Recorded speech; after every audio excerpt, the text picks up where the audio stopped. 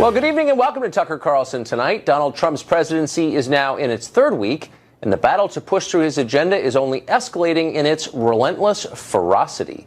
Tomorrow, the Ninth Circuit Court of Appeals will weigh whether to continue blocking the president's executive order on immigration. We'll discuss that order with Piers Morgan in just a minute. But first, with each passing day, the war between the press and the president grows more intense. Today, the president tweeted this: "The failing New York Times writes total fiction concerning me. They have gotten it wrong for 2 years and now are making up stories and sources." And this morning he tweeted this: "Any negative polls are fake news, just like the CNN, ABC, NBC polls in the election. Sorry, people want border security and extreme vetting." Well, one media outlet with a particularly antagonistic relationship toward the president is CNN, the cable news network, which Trump labeled fake news more than once. Piers Morgan is editor-at-large with DailyMail.com.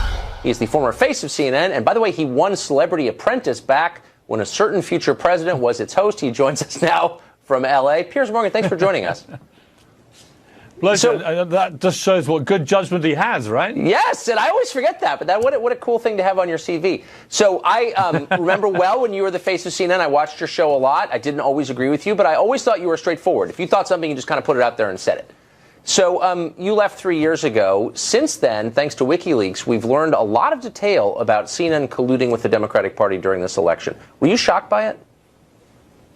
I was a bit, yeah. I mean, I don't know how directly involved CNN were, but I do know that when you look at what happened with Donna Brazil and some of the other characters involved, it stank, frankly. And, you know, it brought to light, I think, Donald Trump's main beef with the media, which is that it's a two-way street, this question of respect and honesty. Yeah. And he has felt for quite some time, I think, that a lot of people in the mainstream media, for want of a better phrase, are absolutely determined to bring him down. And I think he's got a point. I think some of them absolutely are. And they were in the tank for Hillary Clinton. Their candidate didn't win. And now they are utterly determined to bring the Trump presidency crashing down. So you have a war between the media and the White House, the like of which I've certainly never seen before. And it's pretty dangerous all round. So I think there's a difference, though, between having a perspective and stating it clearly, as you do, as I try to, and in a subterranean way that's cloaked from public view, coordinating with the political party. So we learned in WikiLeaks the Donna Brazil story, as you know, where she got the debate questions ahead of time. We also found out that the DNC research director was consulted by CNN for questions to ask Ted Cruz. A Clinton staffer implied that the politics producer at CNN was, quote, a friend and an ally. And then you have the chief political analyst at CNN emailing John Podesta and saying, quote, "You are a TV star. I've been in GOP hell." I mean, it really seems like there is a special connection between CNN, not just all media, but CNN and that party. Did you notice that when you worked there? Well, to be honest, and to be fair to CNN, you know, I spent 4 years there. I think the vast majority of people that work at CNN, particularly the anchors, do have great integrity, and I don't think they would want to be party to any of this kind of stuff. But I definitely think there were people lower down the food chain, perhaps, who didn't have such scruples and who were absolutely, I think, determined that Trump wouldn't win. And bear in mind that the history of this, from the moment that Donald Trump decided to run, you know, he was, for about 4 or 5 months, the only gig in town. CNN and all the other networks were racing to give him as much airtime as they could possibly give him. This, of course, fueled the monster. And then when the moment came when they thought, oh, God, hang on, he might actually win, then rather like Dr. Frankenstein, they thought, we've got to kill him off. But by then, Trump, the nominee, was gone. He was off and racing around America. And he became unstoppable. And I noticed in the last few months of that campaign, it got more and more virulent. You know, papers like the New York Times, frankly, I thought were a complete disgrace. They weren't even pretending to be anything but in the tank for Hillary Clinton. And I found that as a journalist pretty obscene to watch, actually. So for the New York Times and others now to be saying, oh, poor us, you know, we're the innocent parties here. Donald Trump is annihilating the media and breaking down the the First Amendment and so on, is pretty rich, I think, given the way that they themselves conducted themselves as the supposed paper of record. So I think that there is fault on both sides here.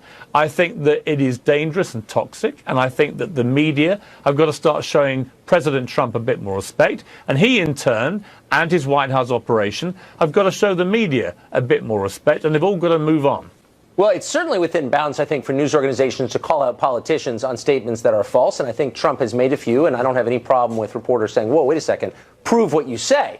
But it's the orientation that shocks me. It does seem like a lot of journalists see their role not as to report the news, but as to affect the outcome of an election. Has that changed in the decades you've been in the business? Yeah, but look, I mean, in Britain, for example, we have a very free press, and you have papers which are very obviously partisan to political parties, be on the left and the right. And it's pretty balanced down the middle. There are as many left-wing papers in Britain as there are right-wing. In America, what I don't like is this pretense from papers like the New York Times that somehow they are completely beyond any reproach when it comes to their coverage, that they are completely neutral. They're not neutral. I remember in the middle of the campaign picking up the New York Times and reading it from cover to cover. There were 11 different stories and letters and comment op-ed pieces about Donald Trump in that one edition of the New York Times. Every single one of them was hostile to Trump, including 4 out of 4 letters. Now, come on. That is not a coincidence. And I think what you're seeing generally here what we're seeing in Britain with the post-Brexit, Britain leaving Europe. Right. And look, I did not vote Brexit. I voted to stay in Europe. I thought it was a mistake. But I've always been of a firm belief you have a free democratic election in a free democracy, be it the Europe referendum in Britain or be it the US election here. And if somebody wins, they win. You have to accept they have won. You have to stop the squealing, the wailing, the teeth gnashing.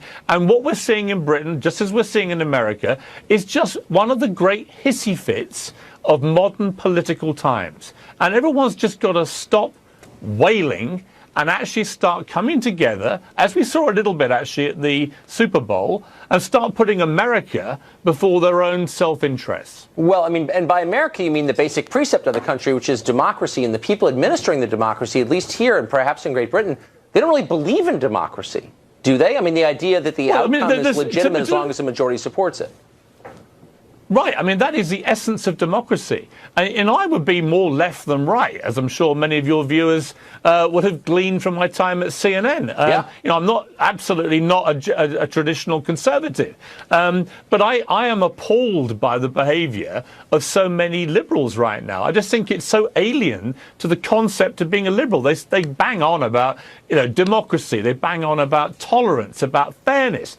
And yet they're behaving exactly the same way that they warned us all that Donald Trump and his supporters would behave if and when, as they assumed, he lost. And I just don't think you can do that. I also think, knowing Trump as I've done for 10 years very well, it's completely the wrong way to go about trying to defeat him. If I was on the left, I would surely by now be trying to work out how have we lost to somebody like Donald Trump, who's a non-politician. He wasn't even a guy with any military experience. He's come out of nowhere as a business guy and a TV star, and he's become the president of the United States. How has that happened? And the reality is that for all the fancy talk about Barack Obama being this wonderful president, actually, in the polls before the election, over 70% of Americans said they were unhappy with the direction of the country. And Hillary Clinton was a terrible candidate who offered nothing new, nothing fresh. And I was doing a documentary series around Florida and Texas throughout last year. I spent a lot of time in those states, and I could feel the Trump phenomenon as it was happening in real time. And it really came down to this. They thought that Donald Trump cared about the stuff they actually cared about. And that's how he managed to resonate. And he won. And he won fair and square. So my message to the left is, if you want to try and beat Donald Trump, then do it democratically and stop trying to delegitimize him. Stop trying to make every tweet, every statement, every comment he says the Armageddon of the world, and just try and apply some rational political common sense to defeating your opponent. We seek that every night on this show. So I think a lot of Americans look to Europe and the UK and they say, It's changed an awful lot in the past 40 years. I know this as a regular visitor to your country and others. And it hasn't gotten better. And part of the reason it hasn't gotten better is because of the immigration policies in Europe. Those countries are more divided, they're more dangerous, they're less happy, and they're poorer. I know you're against the president's executive orders on immigration, but how do we prevent what's happened in the UK and Sweden and Germany and France from happening here? Well, let me first of all say that I absolutely agree with Donald Trump that the threat from Islamic terrorism is very real and very dangerous. And he's quite right to cite what has happened in Paris twice, in Nice, in Brussels, as examples of where the massive amount of migration through Europe has created a lot of turmoil, a lot of unease, a lot of insecurity amongst the people, because no one's really quite sure who all these people are, where they're coming from, what their motivation is. So Donald Trump is absolutely right, I believe, to want to protect America as his number one mission statement right now. And he's absolutely right to say that Islamic State presents a real and very dangerous threat to America. And he's absolutely right, thirdly, to look at what's happened in Europe and say, how do we avoid what has happened there, particularly in, say, Germany, with 1 million people being led into the country and then all hell breaking loose? How do we stop that coming to America? Where I disagree with him is just in the implementation of this ban, where it seemed to me perverse to not include countries like Saudi Arabia and Pakistan and Egypt and others, which foment so much terrorism. Also, I didn't like the idea of people with green cards being detained and threatened with deportation. Well, it was I didn't like the idea, and they went back on that pretty quick. But so in just one so there were things that were wrong about it. But this is the key point. I mean, for all those screaming at Donald Trump, I say to them, well, okay, what's your idea? And the main idea from the left appears to be we've all got to talk more to the community. Well, that's all fine. That's all fine. But while you're talking, ISIS are right now planning attacks on the British mainland, on the American mainland, and they've got to somehow be stopped. So I think Donald Trump is right in his concern, and he's just, I think, probably slightly wrong in the way he's executed this. But let's not all get so pious that we put the attack on Donald Trump and our hatred of him before the real threat, which is people trying to kill and maim and behead us. That's a bracing reminder. Piers Morgan, thanks for joining us tonight. Thanks. Pleasure. Well, the Trump White House is appealing the court ruling halting its executive order blocking the immigration and travel from 7 majority Muslim countries. The appeal will be heard tomorrow.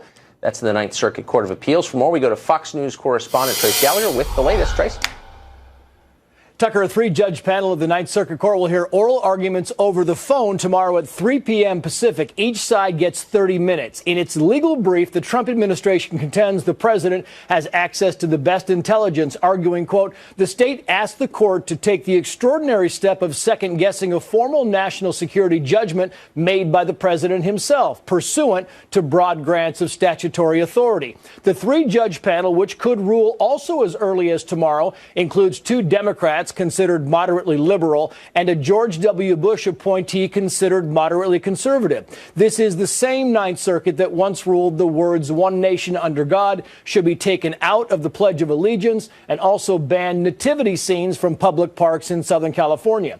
Meantime, during his first official visit to U.S. Central Command, or CENTCOM, at MacDill Air Force Base in Tampa, Florida, President Trump reiterated his disdain for the media and support for the troops, saying he's 100% behind the military in their fight against radical Islamic terrorism. The president also indicated some terror attacks are not being covered by the media. Watch. All over Europe, it's happening. It's gotten to a point where it's not even being reported. And in many cases, the very, very dishonest press doesn't want to report it.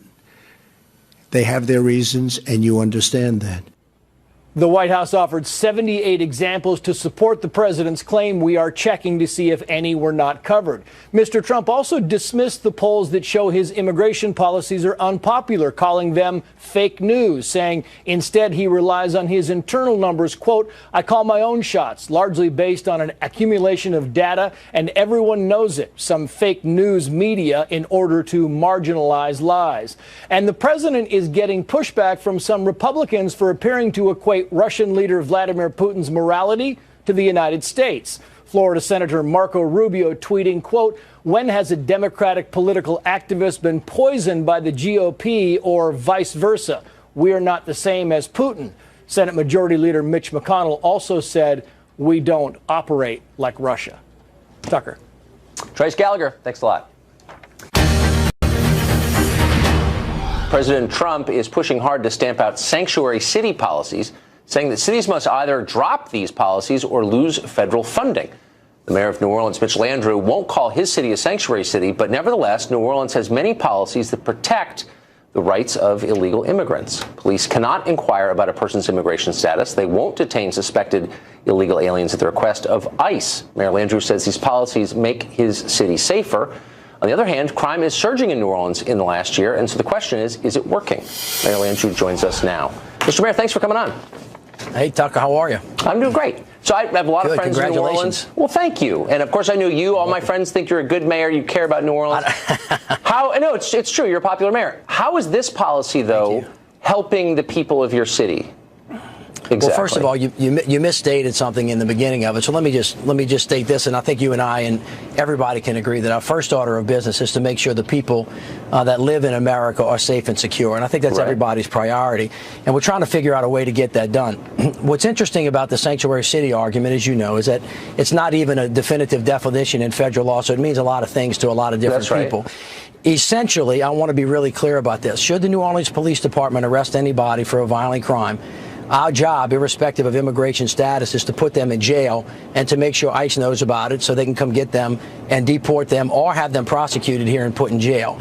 That really has never been a bone of contention for anybody that lives in the city of New Orleans, and for that point of matter, for mayors across America. The macro question is, why would we be taking crime advice from the mayor of a city that has a real crime problem that appears to be getting a lot worse? And the second question first of all, that's hold on. But, I've got the numbers right here. Your murder rate has almost doubled from January of last year. Your rapes are up almost 100%. In every category, crime has increased about 10% overall. I'm not saying it's your fault. I'm merely saying that clearly these policies that you say will alleviate crime haven't. Moreover, is there any actual evidence, like social science, to prove that your talking point, which I've heard 1,000 times, if we ask people their immigration status, they won't cooperate with the police, we'll have more crime? Where do you get that? I mean, how do you know that's true? Those are all good questions, so let me respond to them. Yeah. First of all, in the city of New Orleans, from 1996 until today, crime is half what it used to be. As a matter of fact, 2 years ago, we hit our lowest murder rate in 40 years. Now, you are right that in the last year, crime has gone back up. But if you look at it overall, since these policies have gone into place, I'm not saying they caused this crime spike. But wait, let me finish. You said you were going to let me finish. So, secondly, these particular policies have nothing to do with that particular crime, because the people that are committing those crimes are not folks that are here illegally. Now, we do have a challenge throughout all of America on issues of violence that we have really got to get a handle on. But the question gets to be, how do you actually do that, and what's the best way? Now, the answer to your second question is, how do I know this? Is there any empirical data? I rely on my generals in the field. And those guys in the American cities are the major police chiefs across America, along with the major sheriff's association, who always have told us, these are the guys we listen to, said, if you guys make us become a deportation force for ICE, we're going to push all these individuals back in the shadow, and it's going to make it harder for us to solve crimes for everybody, especially if you take money away from us. I wrote a book on this actually years ago. I've heard this line many, many times, but we study crime. There are armies of criminologists at America's universities, and nobody has shown that your claim is true. That's my only point. We don't actually know that's true. That's the opinion of a lot of people, for sure, including you. But we don't know it. Listen, and by the way, if these policies are meant to make your city safer, why has it become more dangerous? I'm not saying they caused it to be more dangerous. It's a good question. It's a great question. One of the reasons why cities become unsafe is because, number one, we don't have enough police officers on the street. Number two, we don't invest sufficiently in mental health and substance abuse treatment. Number three, the federal government does not have a direct authority to get the bad guys with guns off the street. It has to be attached to some kind of drug offense. And number four, there isn't enough coordination. If we did the same things we did back in 1996, where we put that crime plan together without the bad parts of the crime bill, you would actually be able to reduce crime on the streets. This is not necessarily, wait, let me finish. This is not necessarily tethered to the issue of immigration. And by the way, if you can find anybody in America in any hasn't made your city safer. Well, you asked me a question that intimated that was the answer. But let me just finish this point for you. If you can find anybody in America that has definitively found the answer to young kids killing young kids over inconsequential things, who don't have a job, who don't have an appropriate education. We need to make a huge investment in those kinds of things and not let it get caught up in the issue of immigration. And let me just finish with this. The thing that makes me so sad about this. As a matter of faith, I noticed from your point of view, maybe they are tied. In some cities, they are tied. In Los Angeles, well, they're directly related to one another. Nobody denies that. That's not always true, as you know. That's correct. Nothing's always true in all circumstances. Every city is a little bit different, and this is a very complicated problem.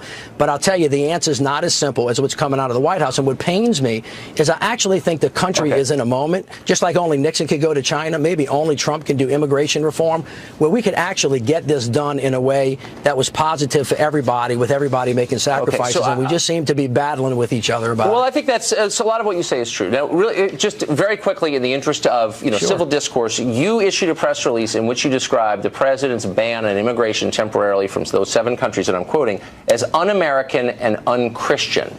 It seems like something like the Pope would say. You're a mayor. So, do you think about the policies in New Orleans through the lens of whether or not they're Christian, and should you? Well, let me say this. I'm a person of faith. I was raised in the Catholic faith in the church, and actually, I think a lot of what people say in terms of what America's values are really important. And of course, it's not just Christian values, but Judeo-Christian values and other values as well, about whether we ought to be an open group or whether we ought to be closed, whether we ought to reaching out to people or we ought to be able to slap them. I think one of the challenges I have with the president, who I know is trying to do the right thing, is he seems to solve every problem with a battle axe and not with a scalpel. And, we had a couple of difficult 10 days here where a lot of mishaps. But un-American, un-Christian? I mean, that's not a scalpel either. I mean, it's not a defensive Trump, but un-American? No. Who says that? Well, first of all, I think that American values support reaching out to people and trying to help them rather than trying to punish them, working through issues. Not saying, for example, I just saw this yesterday at the prayer breakfast. Sorry, they're telling me the satellite's about to die. Will you just hit me with it? So I'm sorry to do that. Well, we'll finish another time. I want to come back and talk to you. I think you'd be great, and I'm happy to be here. Thank you, Mr. Mayor. Great to talk to you. All right, you guys. See you. See ya. Up next, one California politician wants to make illegal Russian hacking in the 2016 election a mandatory subject in school textbooks. He'll tell us about his proposal to do that in just a minute. Well, just 3 weeks ago, a California lawmaker who was upset about November's election wanted to mandate school training in how to spot fake news. Now, a different lawmaker, same state, has his own notions about how to improve education in the wake of Hillary Clinton's defeat. California Assemblyman Mark Levine is crafting a new bill that would require public schools in the state to teach about the subject of Russian hacking and how it supposedly swayed the last U.S. election. Assemblyman Levine joins us from Sacramento. Assemblyman, thanks a lot for joining us.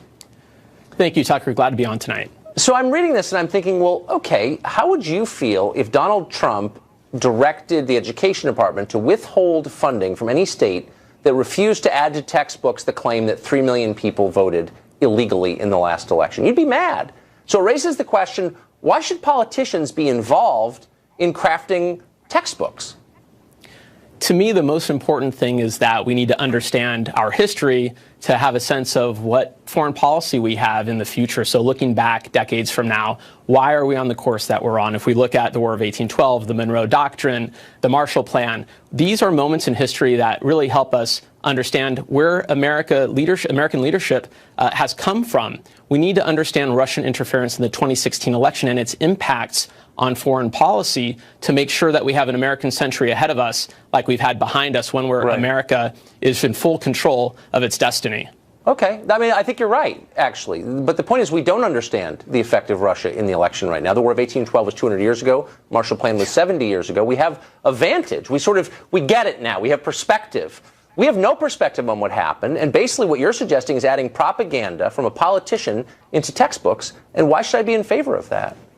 Well, the intelligence community had an assessment where they agreed that the Russian government and Vladimir Putin himself had the boldest move ever in their interference in our election. And this will have an impact on American foreign policy. But we have a president who is the least curious man on the planet about this issue. He wants to change the results of the election by saying that he won by a landslide. He wants to change the number of people that went to his inauguration with, numbers that just cannot be substantiated, a loose affinity for the truth. And usually winners write the history books. But we need to make sure that the truth is in our history books, and it's not papered over by the president. Okay. No, what you're doing is trying to get losers to write the history. Well, look, I just want historians to write the history books. And That's right. I agree with you. I do. Who says you're a nice guy. You seem like a reasonable person. I don't want to attack you. But you know as well as I that what you're suggesting is the addition of political propaganda into textbooks. There's nothing to substantiate your claims. We don't know Russia's intent. We don't know the extent to which they influence this election. Those are unknowable right now, and you know that as well as I do. I agree with the intelligence community's assessment. Look, their assessment does not say that the outcome of the election was affected by Russian interference. It doesn't say that, and you know it doesn't say that. And they also have no way of knowing the intent because it's unknowable. They did not assess whether or not their interference had an outcome. They assessed whether or not the Russian government purposely, and Vladimir Putin himself purposely intervened. If I were President Trump, I would condemn that interference, and I would say that they would be held accountable and that their impact would not be on foreign policy other than that. The president has done everything he can to deny it, but when he was confronted with the incontrovertible evidence of the intelligence community's assessment, even he had to agree that they were involved. So you don't like to look. I know you're from Marin, right? You're from Marin County. Yeah, I get it. I lived in California. Like, angry rich people come up to you at parties and say, we got to do something about this Trump character. He's terrible. He's wrecking the guy. I get the pressure that you're under. But I'm just asking you a third time. I have highly educated and highly engaged voters. When you're sipping Chardonnay and Ross, people are hassling you. And I get it completely. But let me just ask you, how would you feel as a parent, and I think you are a parent, if your kids' textbooks had political claims that were not basically substantiated and they were clearly partisan, and they were inserted by some politician you didn't agree with? Wouldn't that enrage you? So let's get into the weeds on this. Yeah, let's get in the weeds on this. So what would happen is that California has an instructional quality commission that looks at curriculum for the different subjects. They would make an assessment of how to include this. They would then make a recommendation that can be approved and accepted, revised, modified, or even rejected by the State Board of Education. And so that's how curriculum is developed. Politicians will not have a hand in what is written in our history books, and nor should they. What do you mean? You're writing a bill to require this, so by definition you have a hand in it. But let me just say, without being mean, I love California. It's my home state, multi-generational. But it's like not as nice as it was when I grew up there, and you know that. It's much poorer than it used to be. Got a lot of problems, a lot of uneducated. It's got more poverty than any state in the country, and it's got some of the worst schools in America. And so should you, a smart, capable guy with power, be spending his time trying to appease the angry rich housewives of Ross with nonsense like this, or like improving the state? Well, you shouldn't talk about your friends like that, but what we do have are excellent schools, the best public universities in the world, the sixth largest economy. We are leading the nation in job creation. Innovation comes from California, but where you live should not define whether or not you will be successful. This socioeconomic challenge, this inequality, is something that is as true in California as it is in Kentucky. Okay. We need to do more to fix that. That's true. And nationally, we all struggle with this. So if you're an African-American sixth grader in California, and way less than 50%, I think it's more like 20%, pass the math standards at that age, is learning propaganda about Russian interference in the election, is that really going to make you a better software engineer? Like, this is totally frivolous. We can learn history, and we can also, as I have since I was elected in 2012, reinvest in education, where I voted to increase spending by $14 billion, but also change the way we spend in education by making sure that the socioeconomic status does not define how much funding goes to your school, that in fact we can direct money to where it's needed to improve outcomes. We have a lot more work to do, but we need to know the truth about American history. Okay. I don't think I'm convincing you, but you know that I'm right. I know that you do on some level. Assemblyman, thanks for joining us. Appreciate it. My pleasure, Tucker. Up next, President Trump told Bill O'Reilly last night that while Vladimir Putin may be a killer, the U.S. isn't so innocent either.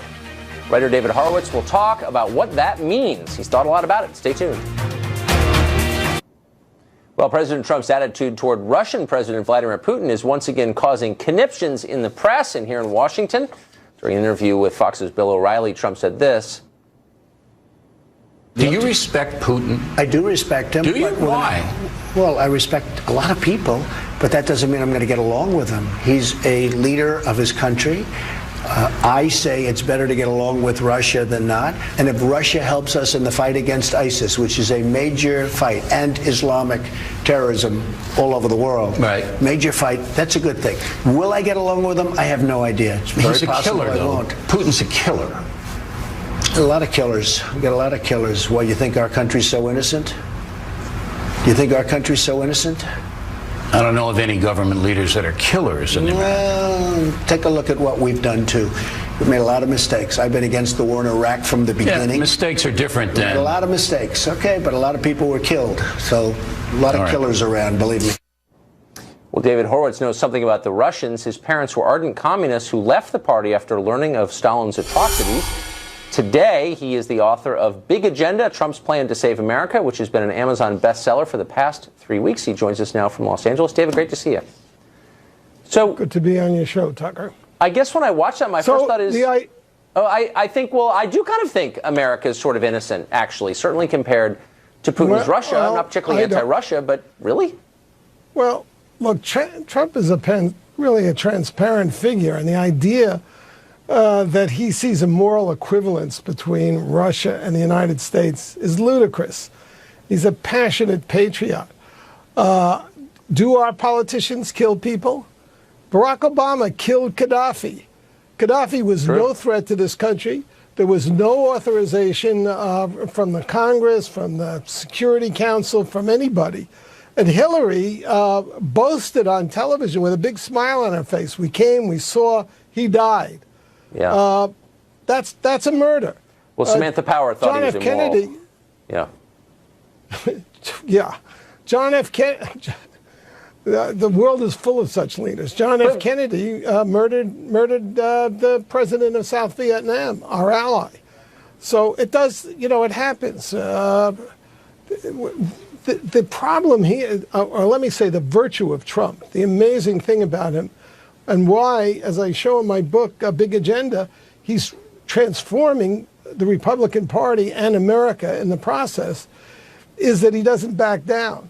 It's kind of like the Bruce Springsteen song, no retreat, baby, no surrender. You saw McConnell and Paul Ryan immediately backing off. You can't back off. Trump has gotten no honeymoon. According to Gallup, the average honeymoon for an incoming president is 7 months. Trump didn't get 7 seconds. It's been a constant war against him. Well, yeah, a lot of people don't. But tell me, I mean, so you've written a book on this. Of the big agenda that Trump has and seeks to implement, what's the most important thing? What for reforming the Republican Party and for making the country better? What's the number one agenda item? The most important thing is he's not intimidated. We had a Republican Congress for 6 years with record majorities, and they did nothing. They had come in, pledged to undo Obamacare, to defund his illegal amnesty programs, and they funded them. Why? Because they were scared of being called obstructionists and racists. The seminal moment in the campaign came in the second debate when Trump faced the cameras with Hillary on stage and said, you have to understand, Hillary has tremendous hatred in her heart. So does the Democratic Party have hatred in their hearts for Republicans. And it's all come out now. You just see it every night on TV. Maxine Waters calling for the impeachment of Trump. He hasn't been in office for 2 weeks. But Trump is unintimidated, and people don't realize how important that is in advancing any agenda, because you end up just appeasing the left. So my whole chapter of my book is devoted to who our adversaries are, why the Democratic Party has gone off the left deep end. They're marching over the cliff now. You have to understand that Bernie Sanders would have been the candidate if the corrupt Clintons hadn't fixed the primaries. I think that's true. That's how left the Democratic Party is. And Trump has shown the way to stand up to them. The Democrats have declared war. I wish they would draw back. I wish they would do what Lady Gaga did at the Super Bowl last night. Let's have some unity for a while. Let's be a community for a while. But that's not going to happen. And while that doesn't happen, you need a stand-up guy. And Donald Trump is that guy. David Horowitz, thanks for joining us. Bestseller for 3 weeks. Appreciate it. Up next, news abuse. Howie Kurtz joins us to showcase the most abhorrent media missteps of the past week. There are many to choose from, but he'll call 3. Stay tuned. Well, it's time for What They Really Think. It's a new segment where we take a look at the semi-private words of our country's premier journalists and see how those words align with their goal of being neutral purveyors of fact. Our first star is Terry Moran. He's chief foreign correspondent for ABC News, whose Twitter feed resembles a DNC press release with added moral outrage. Don't believe us? Here are some examples. Quote, upset Trump didn't destroy ISIS within days of taking office. Moran tweeted this: I thought Trump already had a secret plan to destroy ISIS. What happened to it? After the president's immigration order, Moran wrote, for 70 years and more, American science has triumphed because the USA got the best minds in the world. Now that's at risk. Thanks, Trump. He also said, quote, Trump's NSC chief son declares exactly what this is, a Muslim ban, whatever weasel words his father and Trump's minions come up with. In another tweet, he simply labeled Trump President Snowflake. Moran was in near religious ecstasy over the Women's March 2 weeks ago, tweeting this: has there ever been a day when so many people in so many places marched in solidarity for a cause? VE Day? This is historic. Moran felt a tingle down his leg when the New York Times announced it had hit 3 million subscribers. He tweeted this: failing? Not. And in response to Trump's comments downplaying the violence of Vladimir Putin's government in Russia, just today, Moran moaned, somewhere Ronald Reagan weeps. And that's what he really thinks, no matter what he tells you on TV. That's it for us tonight. See you tomorrow at 9. Sean is next. Have a great night.